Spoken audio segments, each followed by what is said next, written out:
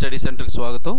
ఈ వీడియోలో RRB ALP 2024 కొరకు కోచింగ్ తీసుకోవాలనుకున్న వారు ముందుగా తెలుసుకోవాల్సినటువంటి సమాచారం ఏమిటి, కొత్తగా కోచింగ్ తీసుకోవాలనుకున్న వాళ్ళు, కొత్తగా ఈ ఎగ్జామ్కి ప్రిపేర్ అవుతున్న వాళ్ళకి పూర్తి అవగాహన కలిగించడం కోసం ఈ వీడియో చేయడం జరుగుతుంది. దాని కొరకు మేము 10 రకాల క్వశ్చన్స్ని ప్రిపేర్ చేసాము. ఈ 10 రకాల క్వశ్చన్స్లో మెజారిటీ ఆఫ్ క్వశ్చన్స్ మీరు సాటిస్ఫై అయితే కనుక మీరు అనుకున్నటువంటి కోచింగ్ సెంటర్లో జాయిన్ అవ్వండి. నేను ప్రత్యేకంగా ఈ కోచింగ్ సెంటర్లో ఆ కోచింగ్ సెంటర్లో జాయిన్ అవ్వండి అని చెప్పడానికి ఈ వీడియో చేయడం లేదు. కేవలం పూర్తి అవగాహన కలిగించడానికి మాత్రమే. ఎవరైతే ఫ్రెషర్స్ ఉన్నారో, ఒకసారి కోచింగ్ తీసుకోవాలనుకుంటున్నారో వాళ్ళు ముందుగా ఈ 10 విషయాలు తెలుసుకోండి. ఫస్ట్ పాయింట్, CBT 1కి CBT 2కి కలిపి ఒకేసారి ఒకే టైంలో కోచింగ్ ఇస్తారా, ఒకే ప్లేస్లో కోచింగ్ ఇస్తారా అంటే నార్మల్గా CBT 1 అనేది మనకు దగ్గరలో ప్రతి ఒక్కరు ఇచ్చేటువంటిది అర్థమెటిక్, రీజనింగ్, జీకే అనేటువంటిది. వేరే CBT 2 వచ్చేటప్పటికి జనరల్ ఇంజనీరింగ్ ఉంటుంది. పార్ట్ ఏలో ఆ general science and engineering, applied science and engineering ఏదైతే ఉందో అది చెప్పే క్యాపబిలిటీ ఆ కోచింగ్ సెంటర్కి ఉందా.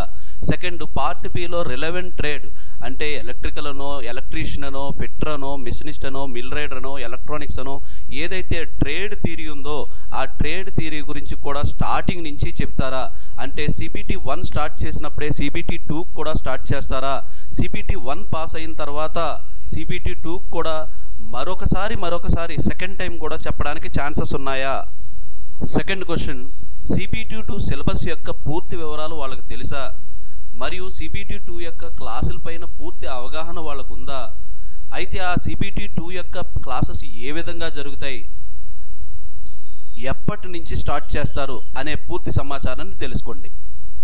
CBT 1 అనేది మైండ్లో మీరు ముందుగానే జాయిన్ అవ్వడానికి ముందే ఫిక్స్ అయిపోవాలి. నేను 100% CBT 1 అనేది క్వాలిఫై అవుతాను. నేను కోచింగ్ తీసుకుంటున్నటువంటిది ఎందుకురా అంటే CBT 2ని పూర్తిగా క్వాలిఫై అవ్వడం కోసం మాత్రమే మీరు ప్రిపేర్ అవుతున్నట్టుగా మీరు మైండ్లో ఫిక్స్ అవ్వాలి. ఈ CBT 2లో మెజారిటీ అంతా కూడా పార్ట్ ఏలోనే ఉంటుంది. ఆ జనరల్ ఇంజనీరింగ్ అంటే జనరల్ సైన్స్ ఏదైతే ఉందో దాని నుంచి సుమారుగా 50 మార్కుల వరకు ఛాన్సెస్ ఉంటుంది. అర్థమెటిక్, రీజనింగ్ నుంచి రిమైనింగ్ 50 మార్కుల వరకు ఛాన్సెస్ ఉంటుంది. వీటిపైన పూర్తి అవగాహన ఉందా లేదా అనేది తీసుకోవాలి. పార్ట్ బి ఏదైతే ఉందో పార్ట్ బి అనేది కంప్లీట్లీ టెక్నికల్.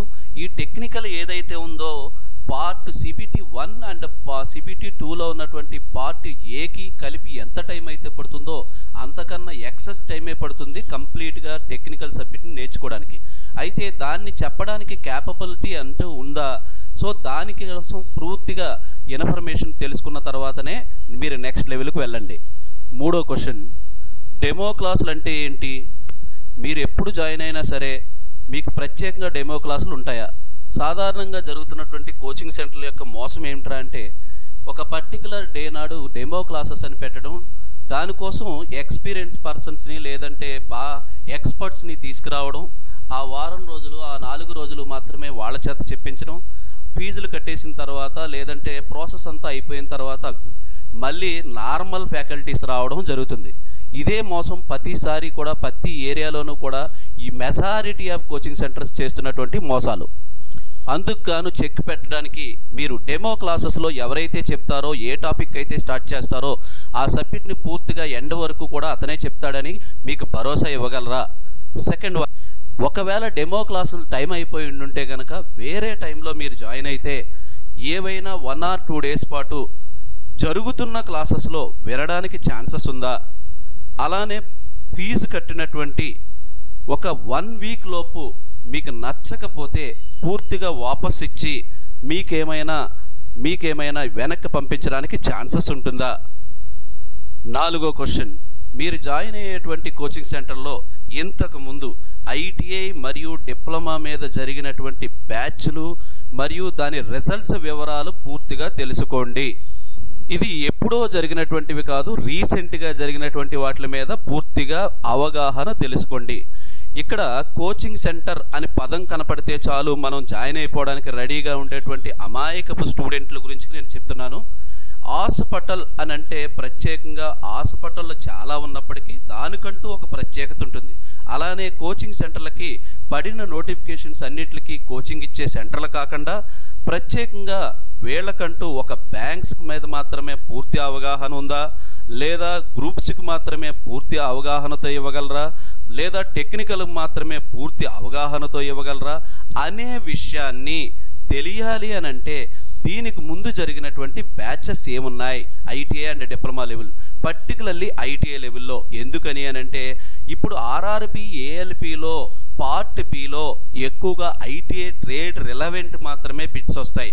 కాబట్టి ఇంతకు ముందు జరుగుతున్నటువంటి బ్యాచెస్లో పవర్ గిడ్ అనేటువంటి ఐటీఐ నోటిఫికేషన్ మీద ఏమైనా బ్యాచెస్ ఉన్నాయా, బార్క్ అనేటువంటి దాని మీద ఏమైనా బ్యాచెస్ ఉన్నాయా, డిఆర్డిఓ అనేటువంటి దాని మీద ఏమైనా బ్యాచెస్ ఉన్నాయా, డాక్యార్డ్ అనేటువంటి దాని మీద బ్యాచెస్ ఏమైనా ఉన్నాయా, ఇండియన్ నేవీలో పడినటువంటి వాటి మీద ఏమైనా బ్యాచెస్ జరిగాయా, లైక్ ఫర్ ఎగ్జాంపుల్ ఈస్రో కానీ ఇలాంటి వాటిల్లో ఏట్ల మీదైనా ఐటీఐ అండ్ డిప్లొమా మీద ఏమైనా బ్యాచెస్ జరిగాయా అనే పూర్తి వివరాలు తెలుసుకోండి.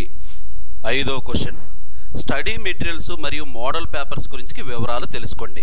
స్టడీ మెటీరియల్స్ అనగానే మీరు బుక్ కవర్ మీద ఆర్ఆర్బి అని ఉందా లేదా, లేదా పర్టికులర్గా మీరు దేనికైతే ప్రిపేర్ అవుతున్నారో ఏఎల్పి అని ఉందా లేదా అనేది చూడకండి.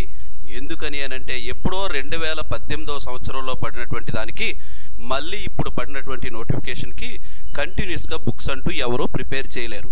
అందరికీ సూట్ అయ్యేటువంటివి, అన్నిటికీ సూట్ అయ్యేటువంటి బుక్స్ మాత్రమే ఉంటాయి.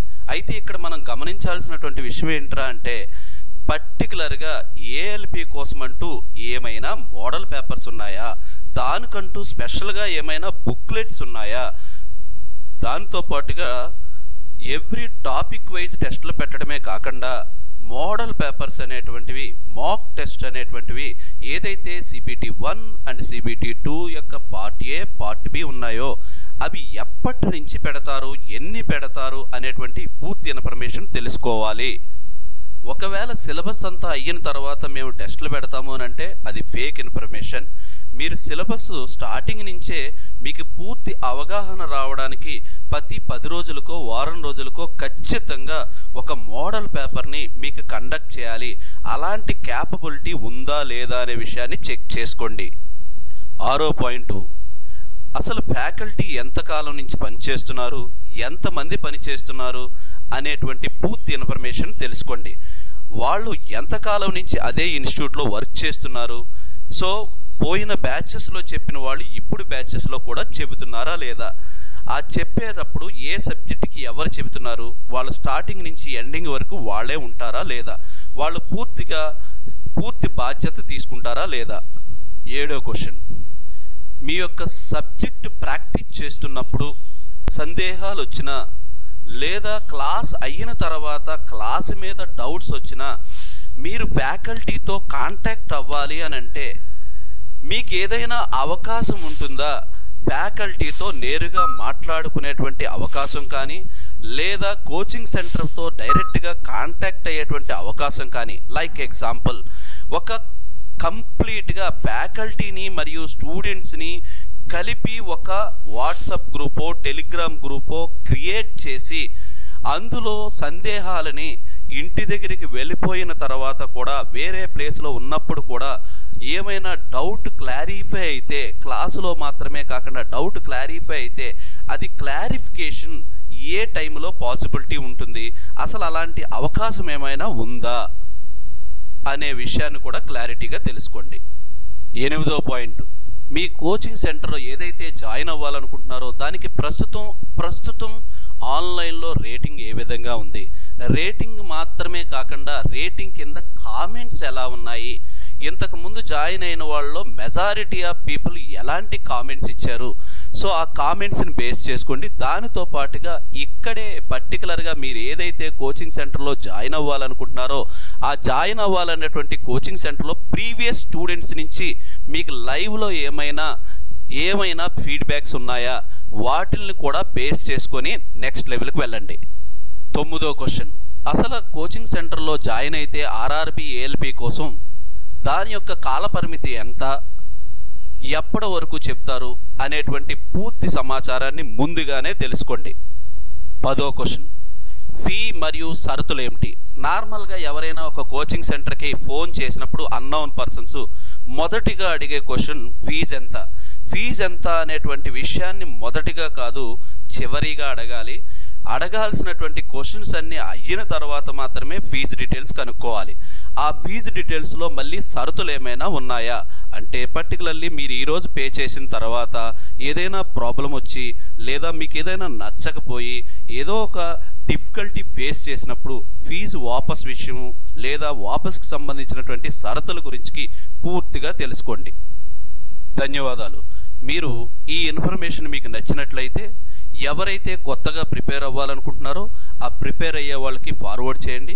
మిమ్మల్ని ఏమైనా సలహా అడుగుతూ ఉంటే కనుక ఆ సలహాకు బదులుగా తెలుసుకోవాల్సినటువంటి ఇన్ఫర్మేషన్గా ఈ వీడియోని ఫార్వర్డ్ చేయాల్సిందిగా కోరుతున్నాను. Thank you. ధన్యవాదాలు.